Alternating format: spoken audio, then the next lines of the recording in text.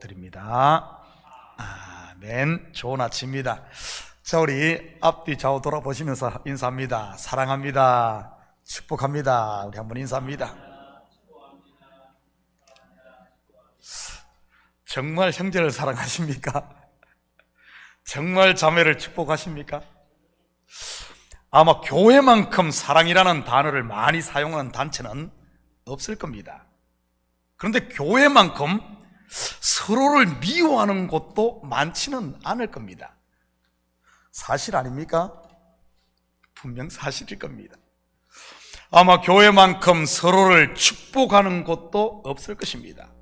그런데 사실은 교회만큼 서로를 시기하고 질투하는 것 또한 흔치 않을 겁니다. 아마 교회만큼 은혜와 평강이라는 단어를 많이 사용하는 곳이 없을 겁니다. 그런데 사실은 교회만큼 자기의를 세우며 잘난 척하고 다툼이 많은 곳도 없을걸요? 이 또한 사실 아닙니까? 세상에 이런 모순이 또 어디에 있겠습니까? 그렇다면 왜 이런 일들이 생기는 것일까요? 이유는 바로 세상으로부터 부름받은 교회에게는 하나님의 말씀의 빛이 비치고 있기 때문인 것입니다. 하나님이 이르시되 빛이 있으라 하시니 빛이 있었고 하나님이 빛과 어둠을 나누사.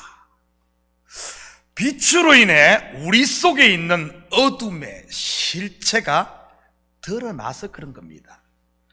하나님의 사랑이 임하자 미움이라는 이 땅의 실체가 벌거벗겨지는 것이요, 은혜가 임하자 내 속에 있는 이런 거짓 의들이 드러나는 것 말이지. 그리고 하늘에 참 평강이 임하자 땅의 거짓 평화가 폭로되어서 그런 겁니다. 마음이 찔리고 부끄럽습니까? 그렇다면 제대로 가고 있는 겁니다. 내가 빛 가운데 있다는 증거니까요. 우리는 신앙생활을 하며 끊임없이 나의 아담됨을 말씀 앞에 폭로당해야 하는 것입니다. 아담 곧 붉은 흙이요 먼지, 즉 nothing이라는 이런 내 실체 말이지.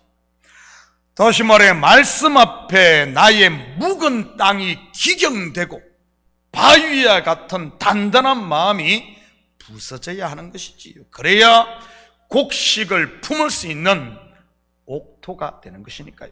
예레미야 23장 29절입니다. 여호와의 말씀이니라 내 말이 불같지 아니하냐, 바위를 쳐서 부서뜨리는 방망이 같지 아니하냐. 한 군데 더 봅니다. 히브리서 4장 12절 13절입니다.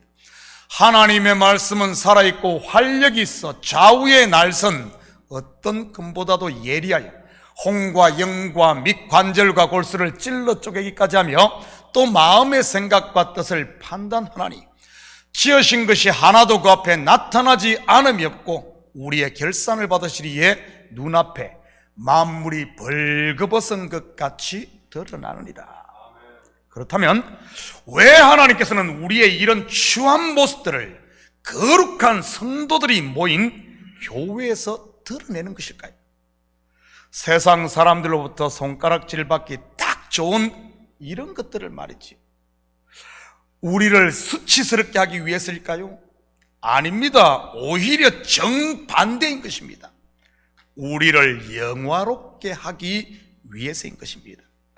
하나님 앞에서 흠도 없고 티도 없는 정결한 신부로 세우기 위해 말이지.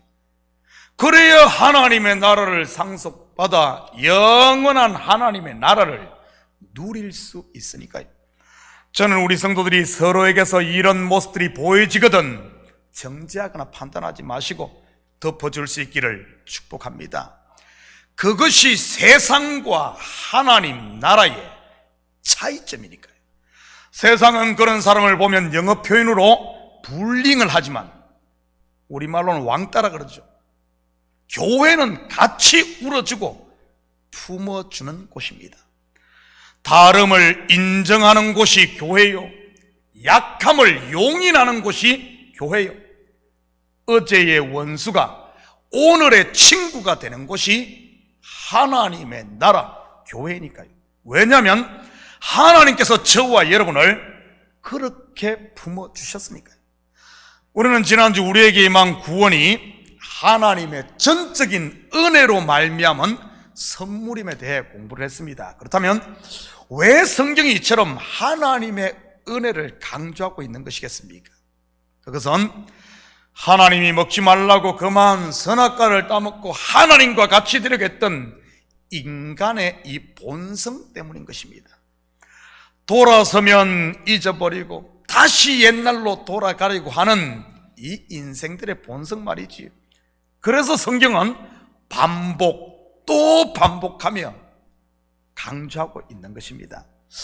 지난주 말씀이 은혜로 받은 구원에 대한 이 총론이었다면 오늘은 은혜의 실체에 대해 다루는 강론인 것입니다. 같이 살펴보면서 우리가 은혜로 받은 구원이 무엇을 의미하는지 같이 공부해 보도록 하겠습니다. 11절입니다.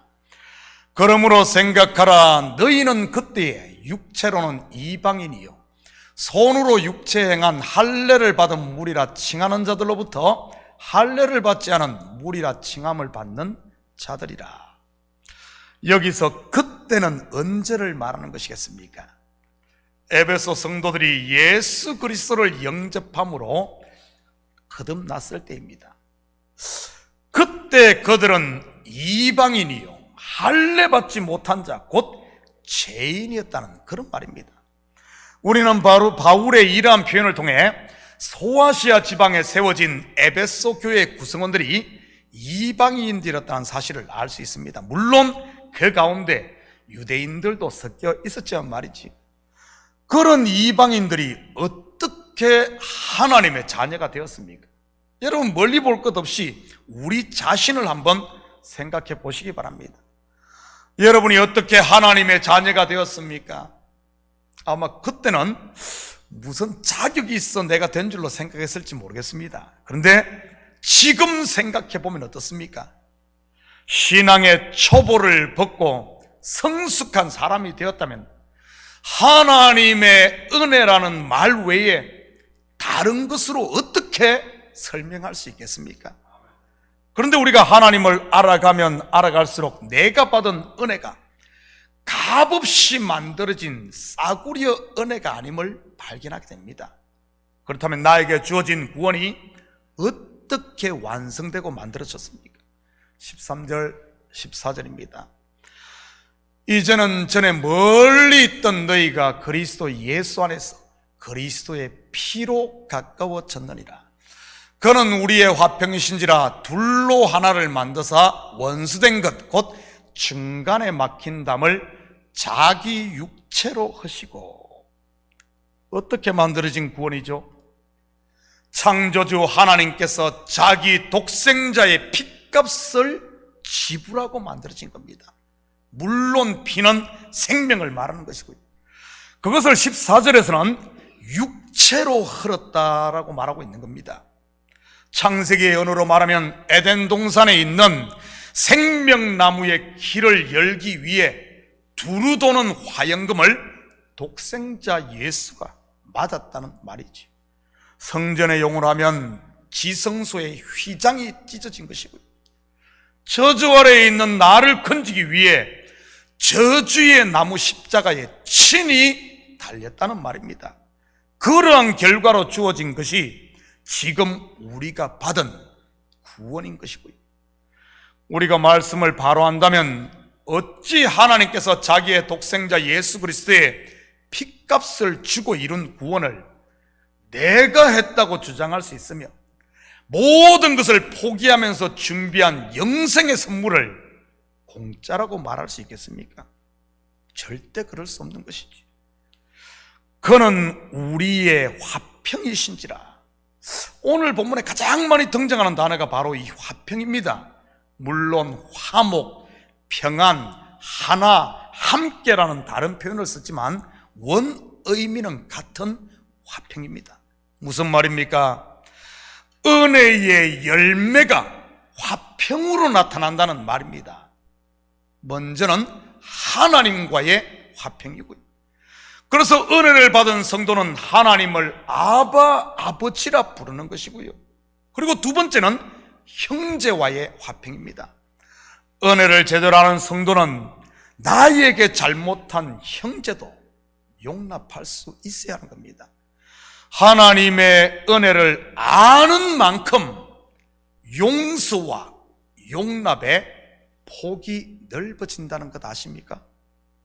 여러분의 용서와 용납의 정도를 한번 측정해 보시기 바랍니다. 어디까지 용서가 됩니까? 내 돈을 빌려가고 갚지 않은 것은 용서가 되지만 나를 욕하고 다니는 것은 용서가 되지 않습니까? 아니면 나를 욕하는 것은 용서할 수 있지만 우리 부모를 욕하는 것은 용서가 안 됩니까? 다른 것은 다 용서가 되는데 내 자존심 건드린 것은 용서가 안 됩니까? 혹시 그런 분이 계시다면 이 시간 우리가 받은 은혜의 결과물을 한번 봤으면 좋겠습니다. 바로 예수 그리스도께서 자기의 피로 이룬 화평 말이지. 18절입니다. 이는 그로 말미암아 우리 둘이 한 성령 안에서 아버지께 나아감을 얻게 하려 하심이라. 여기서 우리 둘은 누구와 누구를 말하는 겁니까? 바로 유대인과 이방인입니다. 우리는 지금 그 문화 속에 살지 않아 잘 이해가 되지 않지만 성경을 보면 유대인과 이방인과의 관계는 절대 하나가 될 수 없는 그런 관계였어요. 유대인들은 이방인을 죄인 곧 개 취급을 했으니까요. 지금 벌어지고 있는 이스라엘과 하마스와의 관계라고나 할까요? 이런 철천지 원수가 한 성령으로 화목을 이루고 하나님 앞에 서게 한 것이 바로 예수 그리스도의 십자가였던 것입니다. 우리는 그 십자가를 믿고요. 그런데 유대인과 이방인 관계보다 더 큰 원수가 누구와 누구인 줄 아십니까? 바로 하나님과 인생들과의 관계입니다. 그 차이는 하늘과 땅의 차이요, 빛과 어둠만큼이나 큰 차이였습니다. 물과 기름이 섞이지 않듯 절대 하나 될 수 없는 거룩과 이 속한 죄인의 차이, 절대 하나 될 수 없는 이런 관계였지. 그것을 해결한 것이 십자가인 것이고요. 어떻게 해요? 자기 자신을 내어줌으로 말입니다. 그러기에 십자가 안에는 풀지 못할 매듭이 없음을 믿으시기 바랍니다. 혹시 여러분 가운데 서로 막힌 담으로 인해 힘들어하시는 분들이 계십니까? 때로는 가정에, 때로는 직장에, 그리고 때로는 교회 안에서 말이지. 사람이 살다 보면 우리의 연약함으로 인해 얼마든지 그런 일이 생길 수 있습니다. 그런데 중요한 것은 성도에게는 그 담을 허물고 그 닫힌 문을 열 수 있는 열쇠가 주어져 있다는 사실 아십니까? 예수님께서 베드로에게 주신 천국 열쇠가 바로 이것 아닙니까? 마태복음 16장 19절입니다. 내가 천국 열쇠를 내게 주리니 내가 땅에서 무엇이든지 매면 하늘에서도 매일 것이요 내가 땅에서 무엇이든지 풀면 하늘에서도 풀리리라 하시고, 땅에서 매면 하늘에서도 매일 것이요. 무슨 말이죠? 땅 곧 아담, 땅은 나를 지칭하잖아요. 문제가 어디에 있다는 말입니까? 바로 내 마음에 있다는 말입니다. 하늘은 항상 열려있는데 말이지. 예수님께서 십자가 지심으로 지성소의 문을 열어놓으셨고 하늘 문을 활짝 열어놓았는데 문제는 내가, 내 마음의 문이 닫혀있다는 그런 말입니다. 그렇다면 메인 땅, 이 닫힌 이 마음의 문을 어떻게 엽니까? 쉐마 이스라엘, 들으라 이스라엘아, 바로 말씀을 들음으로입니다. 말씀을 들음으로 하나님께서 나에게 베푸신 사랑과 은혜에 이 깊이와 넓이와 높이를 알 때 내가 쥐고 있던 이것을 놓을 수 있는 겁니다. 그럴 때 야곱이 이스라엘이 되는 것이고요. 여러분, 아이에게서 장난감을 빼앗으려면 어떻게 하면 됩니까? 그거 뺏으려고 하면 난리가 나죠. 쉽게 빼앗는 방법이 있어요. 간단합니다. 더 좋은 장난감을 주면은 그거 금방 버리고 더 좋은 거 잡아버립니다. 그거 가지려고 말이지. 내가 1만 달란트 탕감받았다는 이 사실, 나에게 주어진 이 은혜를 알 때, 여러분, 내가 쥐고 있는, 내가 풀지 못하던 이것을 그냥 놓을 수 있는 겁니다. 내가 1만 달란트 탕감받은 이 사실을 알 때 기쁘게 나에게 빚진 100데나리온 빚진 동관을 수용할 수 있고 용납할 수 있는 것이지. 천국 열쇠를 주었다는 말은 성령을 주었다는 말이요, 이 성령이 우리를 모든 진리 가운데로 인도한다는 그런 말입니다.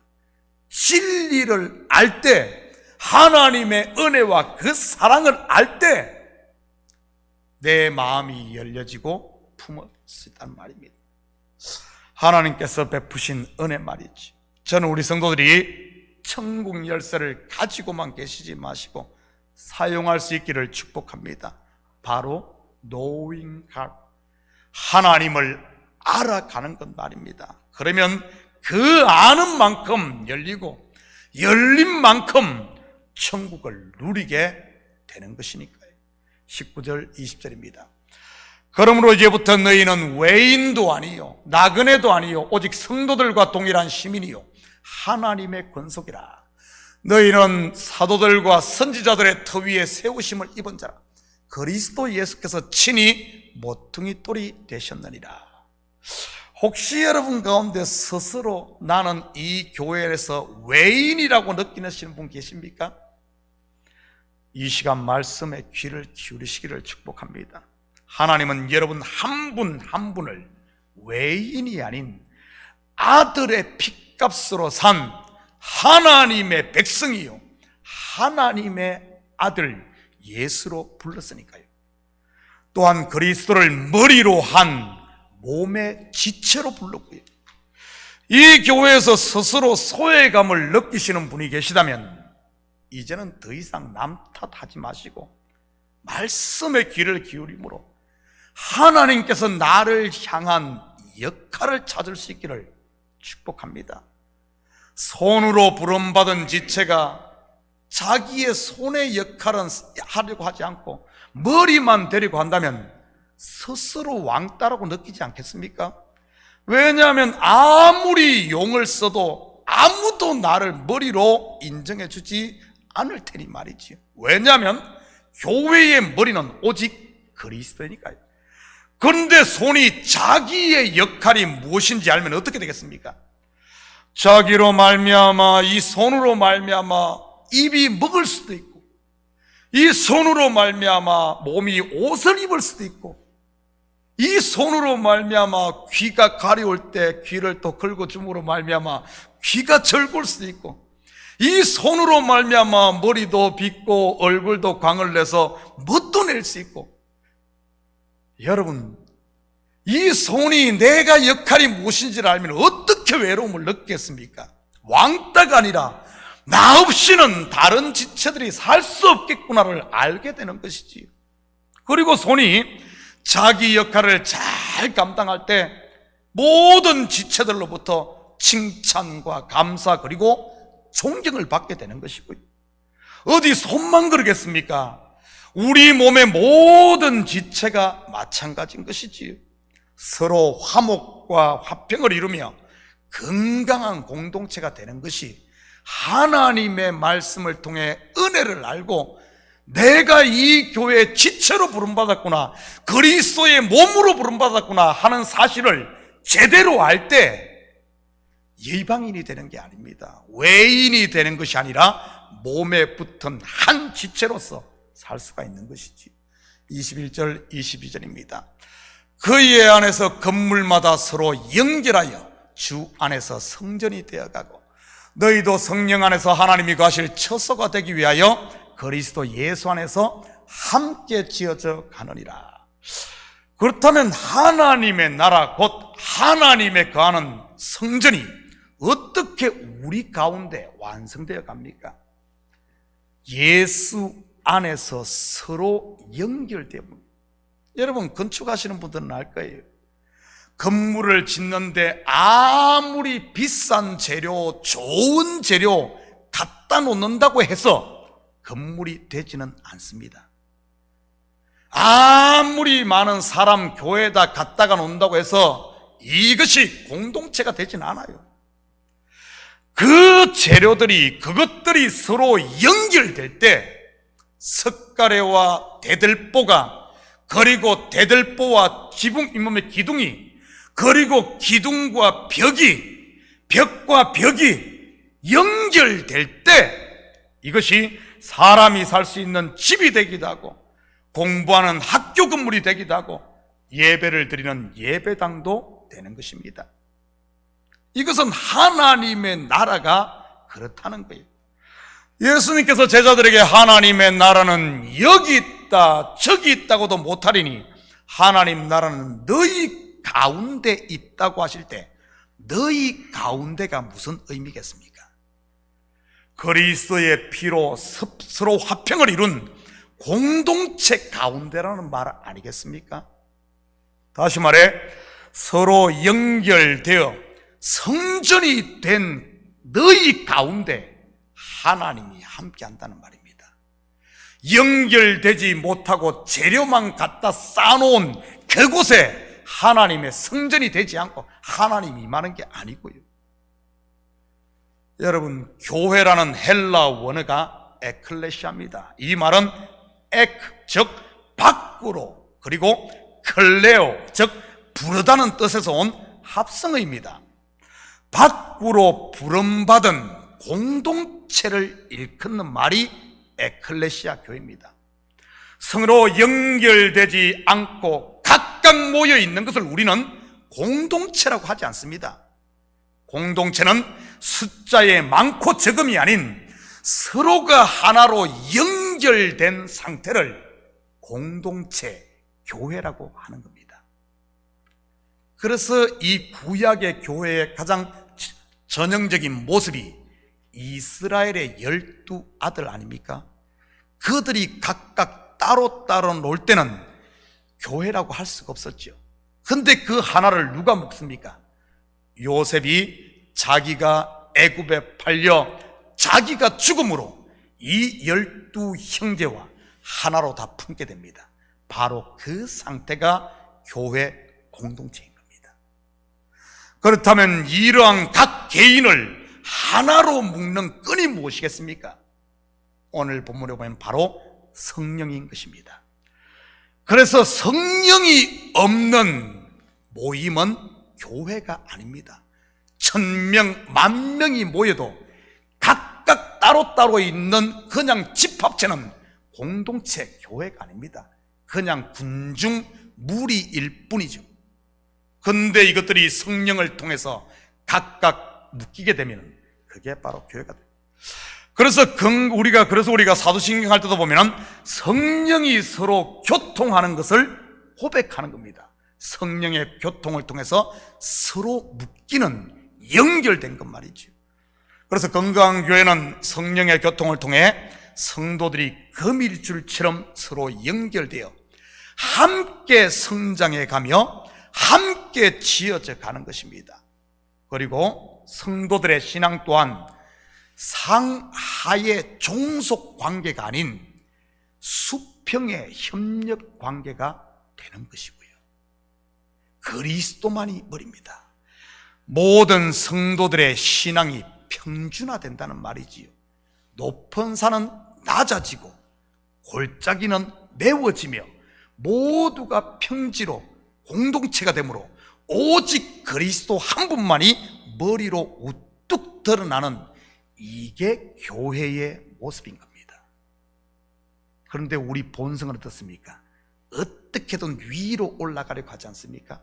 잘못된 겁니다. 위로 올라가면 어디까지 올라가려고 그래요? 머리인 그리스도 위로 올라가는, 이게 바로 선악과를 따먹은 인생들의 모습입니다. 그게 아니에요. 여러분 잘났습니까? 제발 좀 낮아지십시오. 제발 좀 낮아지십시오. 잘났으면 왜 하나님께서 나를 그렇게 잘나게 만들었을까요? 못난 형제 옆에 가서 같이 멍에를 지고 함께 오라고 하는 것 아니겠어요? 여러분 돈 많아요? 왜 여러분에게 돈을 많이 주겠습니까? 가난한 사람 끌어올려 함께 멍에를 지고 같이 오라는 것 아니겠어요? 여러분 남들보다 머리가 좋습니까? 왜 좋아요? 그것 가지고 자기 뽐내라고 했겠습니까? 아니요. 머리가 좀 뒤떨어지는 형제에게 지식을 같이 나눠서 함께 멍에를 지고 함께 지어져 가라고 하는 것 아니겠습니까? 이게 하나님 나라입니다. 믿음이 좋아요? 뽐내라고 했습니까? 아니요. 믿음이 연약한 형제에 가서 함께 멍에를 지라고. 그래서 교회는 전부 건물들이 보면 이거는 뭐 귀하 그런 것 아니에요. 보이지 않는 이 뼈대 속에, 이 벽 속에 그것이 오히려 더 중요할 수 있습니다. 이거 보이는 이거 월만이 아니라 말이지. 이게 바로 교회 공동체의 모습입니다. 오직 그 드러나는 것은 머리 대신 예수님만, 하나님만 영광받고 우리는 평준화되어서 함께 가는, 이방인과 유대인이 정말 박사와 같은 이런 사람이 아무것도 모르는 바보와 함께 손에 손을 잡고 이렇게 갈 수 있는 끼리끼리가 아니라 이게 바로 공동체, 교회의 모습인 것입니다. 사랑하는 성도 여러분, 교회가 무엇인지를 바로 아시기 바랍니다. 그래서 이 한 주도 어느 곳에 있든지 저와 여러분은 화평을 위해 부름받았음을 잊지 마시고 서로를 위해 중보하고 서로를 좀 용납함으로 교회 공동체뿐만 아니라 여러분의 가정과 삶의 현장에도 하나님께서 영광 받으시는 여러분의 삶의 모든 영역에 성전으로 세워지는, 그래서 우리 가운데 가정 가운데서 부모와 자녀, 남편과 아내 가운데 하나됨으로 말미암아 그곳이 성전이 되고 성령이 역사하는 곳, 직장도 교회도. 그래서 그 하나님 나라를 함께 누리며 사는 은혜와 평강을 누리는 이런 복된 식구들이 되기를 예수님의 이름으로 축복합니다. 같이 기도하십시다. 사랑의 아버지 하나님, 참으로 감사를 드립니다. 맞습니다. 우리는 교회로 부름받은 하나님의 자녀들입니다.